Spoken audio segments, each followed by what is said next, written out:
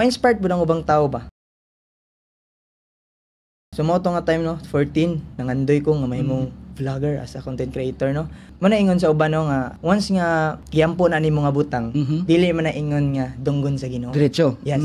Dili man na ingon nga ihatag niya. Yes. Like nisalig gud ko nga niingon ko nga dili pa ko prepared ato nga time. Siguro ni ana si Lord nga dili pa panahon. Okay, sige gampo nga ma-vlogger man ako eh. Ano ba? Nganong vlogger man? Unsay? Kuan lang, malingaw ko sir dyan. Kanang gusto ko nga ma-inspired po ng ubang tao ba. Kani akong partner ko si Tisay, actually wala gyud na siya ingon nga nabira ko na siya largo as a content creator. Ko ra gyud. Pero kalog kay siya ba? So after din nato sir dyan, natoy time nga murag as a couple nang mag-date-date mo ba? Gusto ra mo na yung may date. First uyab ni man ni siya dili. Dili. So Pagka Nasa sa dili. Bantay kay dali na kay Siko ano. naging wala may murag video ba? Pang may day lang good sa Facebook, dumoto. Wa may gadahom nga kuan. Mo boom.